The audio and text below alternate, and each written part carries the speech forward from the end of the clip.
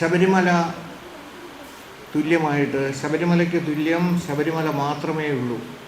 ബാക്കിയുള്ളതിനൊക്കെ നമുക്ക് ഏതെങ്കിലുമൊക്കെ ഉദാഹരണങ്ങൾ ചൂണ്ടിക്കാണിക്കാനായിട്ട് സാധിക്കും. ഒരിടത്ത് ശ്രീപത്മനാഭനാണെങ്കിൽ അതേ ശ്രീപത്മനാഭൻ്റെ വേറൊരു രൂപമാണ് ഗുരുവായൂർ. അപ്പോൾ ഗുരുവായൂരപ്പനും ശ്രീപത്മനാഭനും തമ്മിൽ വലിയ വ്യത്യാസമില്ലാത്ത ഏകദേശം നമുക്ക് താരതമ്യപ്പെടുത്താം. വൈക്കത്തപ്പനെയും ഏറ്റുമാനൂരപ്പനെയും ഒരുമിച്ച് കാണാൻ സാധിക്കുമെങ്കിൽ ഒപ്പം തന്നെ ഇവിടുത്തെ അഭിമന്യമായ ആ മൂർത്തിയെയും നമുക്ക് കാണാൻ പറ്റും. പക്ഷേ ശബരിമലയിൽ മാത്രം ശബരിമലയ്ക്ക് തുല്യമായിട്ട് വേറെ ഏതെങ്കിലും ഒരു ക്ഷേത്രമുണ്ട് കേരളത്തിലെന്നോ ലോകത്തിലെന്നോ പറയാൻ നിവൃത്തിയില്ല. കാരണം ഇല്ല. ശബരിമലയ്ക്ക് തുല്യം ശബരിമല മാത്രം. എന്തായിരിക്കും കാരണം നിരവധിയുണ്ട്. പക്ഷേ എങ്കിൽ പോലും അതിലെ ഏറ്റവും പ്രധാനപ്പെട്ട കാരണം എന്ന് പറയുന്നത് ജാതിയില്ല, മതമില്ല, വർഗമില്ല, വർണ്ണമില്ല, കുബേര കുചേല വ്യത്യാസമില്ല, സ്ത്രീയും പുരുഷനും തമ്മിൽ വ്യത്യാസം അതുമില്ല. പക്ഷേ 10 വയസ്സിന് മുകളിലും 50 വയസ്സിൻ്റെ ഇടയ്ക്കുമുള്ള സ്ത്രീകൾ എന്ന് പറഞ്ഞാൽ തരുണികൾ അഥവാ മധ്യവയസ്കർ, നിങ്ങൾ ദയവായി ഇങ്ങോട്ട് വരരുതെന്നേ പറഞ്ഞുള്ളൂ. ദയവായി ഇങ്ങോട്ട് വരരുത്. അവർ പറഞ്ഞു ഞങ്ങൾ കാത്തിരിക്കാൻ തയ്യാറാണ്. 45 വയസ്സുകാർ പറഞ്ഞു 50 വയസ്സ് കഴിയുന്നത് വരെ ഞാൻ കാത്തിരിക്കാൻ തയ്യാറാണ്. പക്ഷെ സർക്കാർ പറഞ്ഞു പറ്റില്ല, നിങ്ങൾ ശബരിമല പോയേ പറ്റുള്ളൂ. എന്തിനു വേണ്ടി? ഇന്നലെ വരെ നമ്മൾ കാത്തിരുന്ന, നമ്മൾ വിശ്വസിച്ചിരുന്ന നമ്മുടെ ശബരിമലയിലെ ആചാരങ്ങളും അനുഷ്ഠാനങ്ങളും പൂർണ്ണമായിട്ടും തകർക്കാനും ആ തകർക്കലിലൂടെ ലോകത്തിലെ തന്നെ ഏറ്റവും വൈരുദ്ധ്യമാർന്ന ദേവാലയത്തെ പൂർണ്ണമായിട്ടും ഇല്ലായ്മ ചെയ്യാനുമുള്ള ഒരു ശ്രമമാണ് നടന്നോ എന്നിട്ട് നടന്നില്ല എന്ന് മാത്രമല്ല, അവിടം മുതൽ ആരംഭിച്ച ദുര്യോഗം ഇന്നും നമ്മൾ തുടർന്നുകൊണ്ടിരിക്കുകയാണ്, ഇന്നും നിങ്ങൾ അനുഭവിച്ചുകൊണ്ടിരിക്കുകയാണ്. അതല്ലേ ശരിക്കുമുള്ള കാര്യം. 2018 ആരും കണ്ടിട്ടില്ലാത്ത എല്ലാവരും പറഞ്ഞു ഭൂതമാണ്, ചിലർ പറഞ്ഞു മൂക്കും വായും കൂടെ മൂടിക്കെത്തിക്കൊണ്ട് നടന്നാൽ ഒന്നും പേടിക്കണ്ട. ഒന്ന് ആലോചിക്കുക, കണ്ടിട്ടില്ലാത്ത ഒരു പിശാചിനെ പേടിച്ചുകൊണ്ട് എന്തെല്ലാം വേഷം നമ്മളെ കെട്ടിച്ചു. എത്ര പേര് നമ്മുടെ കൂട്ടത്തിൽ നിന്ന് കാലയവനിയുടെ പുറത്തോട്ട് പോയി നമ്മൾ കണ്ടോ? എന്തായിരിക്കും ഇതിന് കാരണം? എന്തായിരിക്കും ഇതിൻ്റെ കാരണം? ചിന്തിച്ചോ ആരെങ്കിലും? ചിന്തിച്ചിട്ടില്ല. ഞാൻ പറയാം. 1956 നമ്മുടെ കേരളം ഉണ്ടായത്. അതെല്ലാവർക്കും അറിയാമായിരിക്കും. 1956 കേരളത്തിൽ ആദ്യമായിട്ട് ഭരണ സംവിധാനത്തിൽ ആർക്കെങ്കിലും ഞാൻ രാഷ്ട്രീയമാണ് പറയുന്നതെന്ന് തോന്നലുണ്ടെങ്കിൽ ചരിത്രമാണ്, കേൾക്കണം. 1956 ഭരണം നേടാൻ വേണ്ടിയിട്ട് ലോകത്തിലാദ്യമായിട്ട്, ഇന്ത്യയിലല്ല ലോകത്തിൽ ആദ്യമായിട്ട് ഒരു ബാലറ്റ് യുദ്ധം നടന്നു ഈ കൊച്ചു കേരളത്തിൽ. അതിന് നേതൃത്വം കൊടുത്തത് മറ്റാരുമല്ല, സാക്ഷാൽ എം ശങ്കരൻ നമ്പൂതിരിപ്പാടാണ്. അദ്ദേഹം നമ്മുടെ അമ്മൂമ്മമാരോടും മുത്തശ്ശന്മാരോടും ഒക്കെ പറഞ്ഞു, നിങ്ങൾക്കറിയണ്ടേ ശബരിമല തീ വെച്ച് നശിപ്പിച്ചത് ആരാണെന്നറിയണ്ടേ, അവരെ നമുക്ക് പിടിക്കണ്ടേ, അവരെ നമുക്ക് നിയമത്തിൻ്റെ മുമ്പിൽ കൊണ്ടുവരണ്ടേ. ശരിയാണ്, പിടിക്കേണ്ടതാണ്. എന്തുകൊണ്ട്? ശബരിമലയാണ് തകർത്തിരിക്കുന്നത്. വിഗ്രഹം പല കഷ്ണങ്ങളായി കൊത്തിക്കീറി ആ ക്ഷേത്രം തകർത്തു. ആരാണ് ചെയ്തതെന്ന് അന്വേഷിക്കാനായിട്ട് അന്വേഷണം ഗംഭീരമായി മുമ്പോട്ട് പോയി. പക്ഷെ ഒരിടത്തും എത്തുന്നില്ല. അവസാനം മിടുമിടുക്കനായ ഒരു DIG കിട്ടി. ആ DIGയുടെ പേര് കേശവ മേനോൻ എന്നാണ്. അങ്ങനെ കേശവ മേനോൻ അന്വേഷിച്ചു. ആ അന്വേഷണത്തിൻ്റെ ഫലമായിട്ട് ഒരു വലിയ റെക്കോർഡ് തന്നെ ഉണ്ടായി. ആ റെക്കോർഡിൻ്റെ അവസാനം അദ്ദേഹം കണ്ടെത്തി.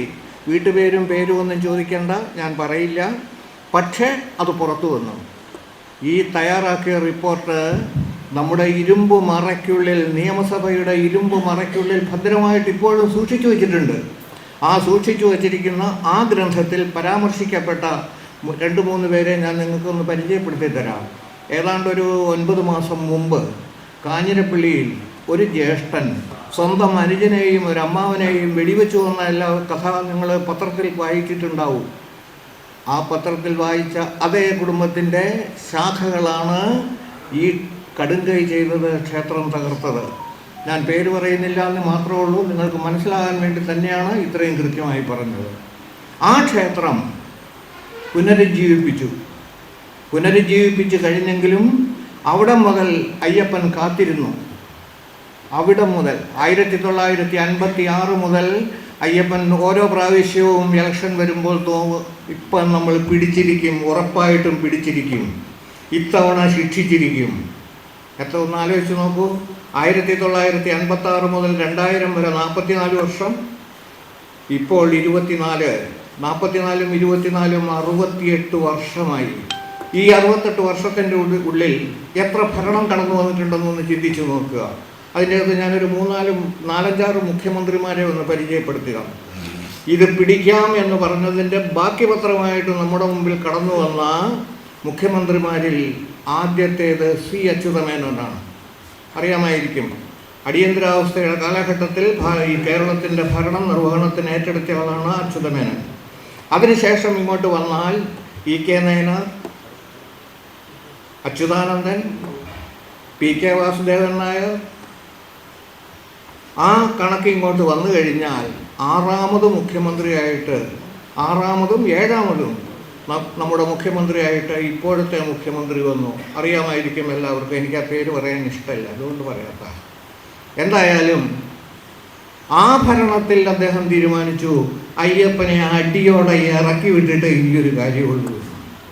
അന്ന് തുടങ്ങിയില്ലേ നമ്മുടെ ദുര്യോഗം? അന്ന് തുടങ്ങിയില്ലേ കേരളത്തിൻ്റെ നാശം? ഇന്നും നമുക്ക് സ്വൈര്യം കിട്ടിയിട്ടുണ്ടോ? സമാധാനം കിട്ടിയിട്ടുണ്ടോ? എവിടെയെങ്കിലും ഏതെങ്കിലും തരത്തിൽ എന്തിനെങ്കിലും പൂർണ്ണമായിട്ട് നമുക്ക് എത്തിക്കാനായിട്ട് സാധിക്കുന്നുണ്ടോ? അയ്യപ്പൻ കൃത്യമായിട്ടും അദ്ദേഹത്തിൻ്റെ ഒരു കയ്യിൽ നിൽക്കുന്ന മുദ്ര എല്ലാവരും കണ്ടിട്ടുണ്ടാവും. സ്വാമി വിവേകാനന്ദൻ അന്വേഷിച്ച് നടന്നതും ഈ മുദ്രയുടെ അർത്ഥം എന്താണെന്നാണ്. എന്താ മുദ്രയുടെ പേര് പറയുന്നത്? ചിന്മുദ്ര. ആ ചിന്മുദ്രയുടെ അർത്ഥം അന്വേഷിച്ച് വന്നപ്പോൾ ഇവിടെ തന്നെ ഉണ്ടായിരുന്ന വെളുത്ത വസ്ത്രധാരിയായ ഒരാൾക്ക് മാത്രമേ അതിൻ്റെ അർത്ഥം പറഞ്ഞു കൊടുക്കാനായി സാധിച്ചുള്ളൂ, സ്വാമി വിവേകാനന്ദന്. അദ്ദേഹം മറ്റാരുമല്ല, സാക്ഷാൽ ചട്ടമ്പി സ്വാമി തിരുവടികളാണ്. പക്ഷേ ഇങ്ങനെ ഒരു കയ്യിരിപ്പുണ്ട്. വലത്ത് കൈയിലുള്ള ഈ ചിന്മുദ്ര കഴിഞ്ഞിട്ട് ഇടത് കൈ ഇങ്ങനെയാണ് ഇരിക്കുന്നത്. എന്തുകൊണ്ടിരിക്കുന്നു? സംഹാരമുദ്രയാണ് മക്കളെ, ചെറുതേ ഒരു മുദ്രയല്ലത്, സംഹാരമുദ്രയാണ്. ഇഷ്ടമല്ലാത്തത് ചെയ്താൽ ഇല്ലായ്മ ചെയ്യുന്നതിന് എനിക്ക് നിമിഷം പോലും വേണ്ട എന്ന് നമുക്ക് തെളിയിച്ച് തന്നു കഴിഞ്ഞതാണ്. ഇനിയും പഠിക്കണം. നമുക്കിത് ഈ തീർത്ഥാടനക്കാലത്ത് ചില കാര്യങ്ങൾ തീരുമാനിക്കണം.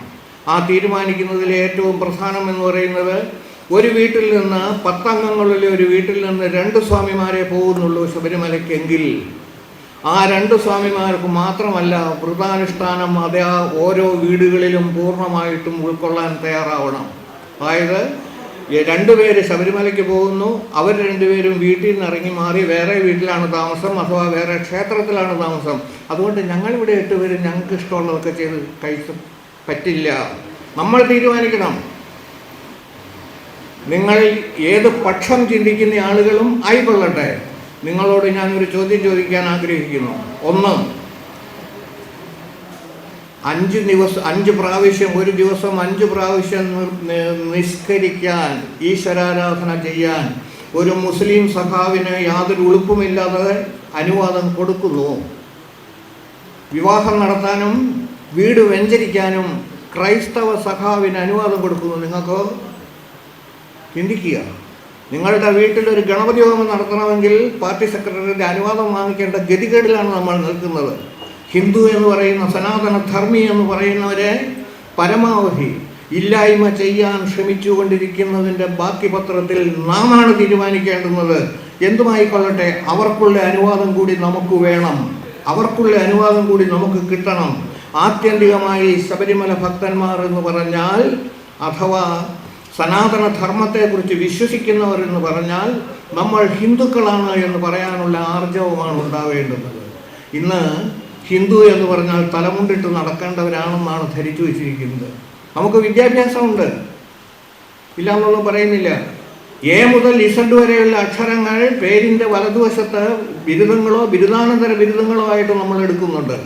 പക്ഷേ ശബരിമല ചെന്നിട്ട് 17ാമത്തെ പടിയിൽ കയറി നിന്നിട്ട് 18ാമത് പടിയിൽ കയറുമ്പോൾ നിങ്ങളോട് ചോദിക്കുന്നു, നീ ആരെ അന്വേഷിച്ചാണ് വന്നത്?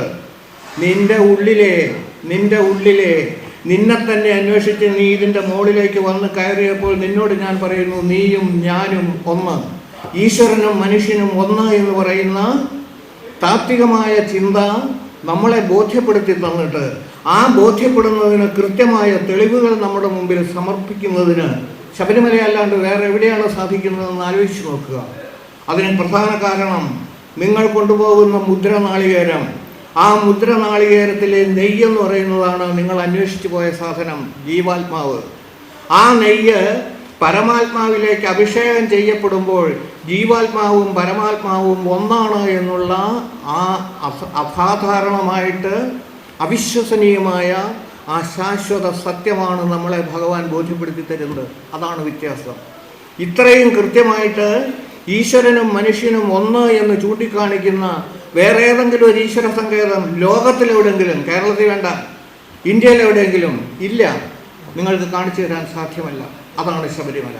അതുകൊണ്ടാണ് ഞാൻ പറഞ്ഞത്, ശബരിമലയ്ക്ക് തുല്യം ശബരിമല മാത്രം. വേറൊരു ദേവാലയത്തിനും അതിൻ്റെ അർത്ഥമില്ല. അത് പറയാനും സാധ്യമല്ല.